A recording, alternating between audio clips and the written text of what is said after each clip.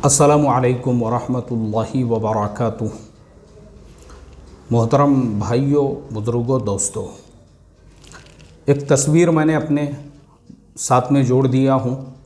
आप देख सकते हैं उस तस्वीर के अंदर मस्जिद में नमाज का वक्त है, लोग सुन्नतें पढ़ रहे हैं और एक अल्लाह की मखलूक यानी बिल्ली वो वहाँ पे लेटी हुई है, आराम कर रही है, बिल्कुल मस्जिद के बीचों बीच। उसके चारों तरफ लोग हैं, लेकिन ऐसा माहौल है कि सब लोग अपने कामों में लगे हुए हैं, सब लोग नमाज़ों में लगे हुए हैं, सुन्नतें पढ़ने में लगे हुए हैं, जमात का इंतज़ार कर रहे हैं। ये मंज़र हमारे मुल्क से बाहर किसी अफ्रीकन मुल्क का ये मंज़र है। ये वहाँ के लोगों के अखलाक को, वहाँ के लोगों के किरदार को, वहाँ के लोगों के नरमी को, वहाँ के लोगों के मिलनसारी को ज़ाहिर करता है कि उस मुल्क के लोगों के अखलाक कैसे हैं, उस मुल्क के लोगों का किरदार कैसा है, उनकी जो मोरालिटी है, उनके नेचर के अंदर जो हम्बलनेस है, उनके मिजाज के अंदर जो सिंपलसिटी है, ये उस चीज़ को ज़ाहिर करती है। यही बिल्ली बजाय उस मुल्क के अगर हमारे भारत के किसी मस्जिद में इस तरीक़े से लेटी हुई होती तो सबसे पहले तो ये किया जाता कि उसको पहले उठाओ, इसको उठाओ। एक दो चार चौधरी आ जाते थे पहले तो, और वो चौधरी लोग बोलते थे, अरे मस्जिद, अरे बांगी साहब को आवाज़ दो रे, मौजन साहब किधर है, आवाज़ दो। अरे क्या मौजन साहब, क्या करते रहते तुम यार, देखते नहीं तुम मस्जिद के बीचों बीच बिल्ली लेटी हुई है, बिल्ली सोई हुई है, और यहाँ पे मस्जिद के साफ़ सफाई का ख्याल नहीं है, फुकट की तनख्वाह खा रहे हो तुम, करो इसको साफ, हकालो इसको। मस्जिद में बिल्लियाँ, बकरियाँ, बोकुड़ सब, यहाँ क्या मस्जिद को क्या जू बना के रखे क्या आपने? एक तो दो चार चौधरी, क्योंकि बिल्ली तो बहुत दूर की बात है। मैं आपको बताता हूँ, एक मस्जिद में मैं इमामत करता था, सिर्फ छोटे बच्चों की वजह से मेरे कई मरतबा उस मस्जिद के जो बुड्ढे हैं, जो डंगरे हैं, जो कठालिया बैल है, उनके साथ में हुज्जत हो चुकी है, उनके साथ में जो है तेरी मेरी हो गई, सिर्फ छोटे बच्चों की वजह से। क्योंकि मेरा एक मामूल ये था कि मैं अपने जेब में जेब भर के जो है चॉकलेट ले जाता था, और जितने बच्चे नमाज में आए उनको एक एक चॉकलेट अपनी तरफ से मैं देता था। लेकिन बुड्ढे जो थे उनको इस बात से तकलीफ़ होने लगी, उनको इस बात से दर्द होने लगा। अरे बोले बच्चे आ जाते हैं, बच्चे शोर करते हैं, बच्चे शराबा करते हैं, बच्चे चिल्लाते हैं, अरे हकालो रे, बोले इनको हकालो, ये क्या मस्जिद का तमाशा बना के रखे बोले मस्जिद के अंदर। मैंने कई मरतबा बोला उनको, मैं बोला भाई मैं खुद बुलाता हूँ ये बच्चों को, इनको चॉकलेट बांटता हूँ मैं, ताकि बच्चे मस्जिद के अंदर आएंगे तो यही बच्चे, ये तुम्हारे फ्यूचर के मुसल्ली है।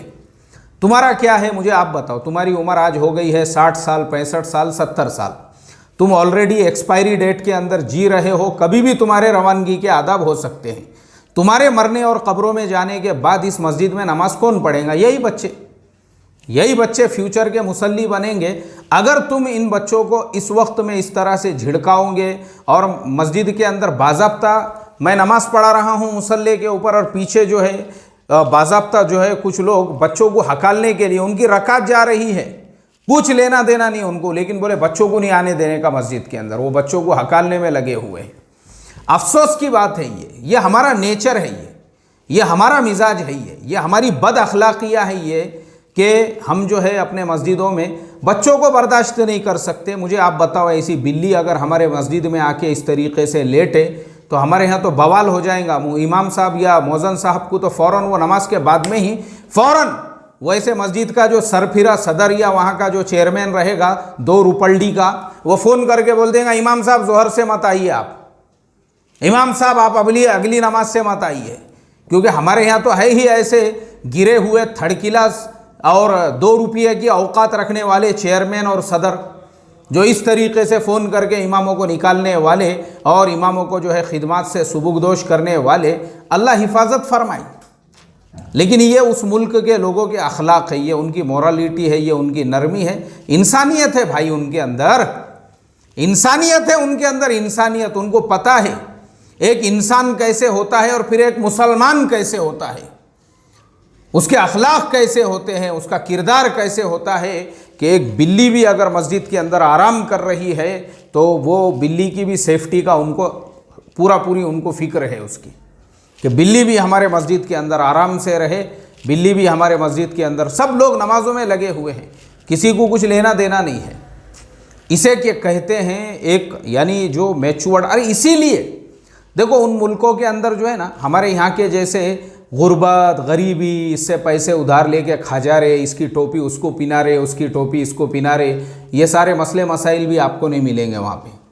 लड़ाई झगड़े तेरी मेरी ये सब भी नहीं मिलेंगे, क्योंकि लोग मैच्योर्ड है, लोग अपने काम से काम, सब अपनी सुन्नतें पढ़ने के अंदर लगे हुए हैं।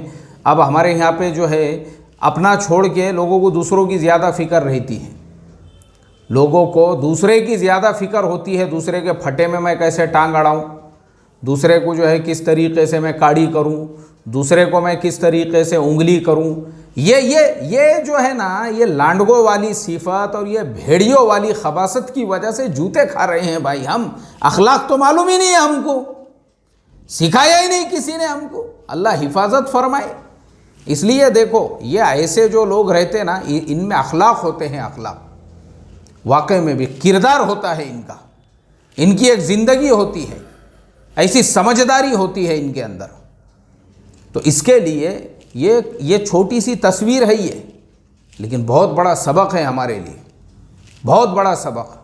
अल्लाह ताला इससे हमको सबक हासिल करने वाला बनाए और इस तरह से हमको भी अखलाक वाला बनाए, लोगों के साथ नरमी का मुआमला करने वाला, लोगों के साथ प्यार मोहब्बत का मुआमला करने वाला।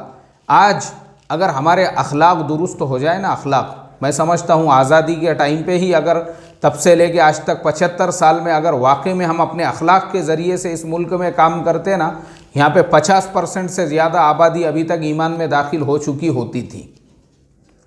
लेकिन आज जो हमारी यहाँ पे गद बनी हुई है, इसके अंदर एक बहुत बड़ा हाथ हमारे बदअखलाकियों का भी है। अल्लाह हमको अपने अखलाक दुरुस्त करने वाला बनाए। अस्सलामु अलैकुम वरहमतुल्लाहि वबरकातुहू।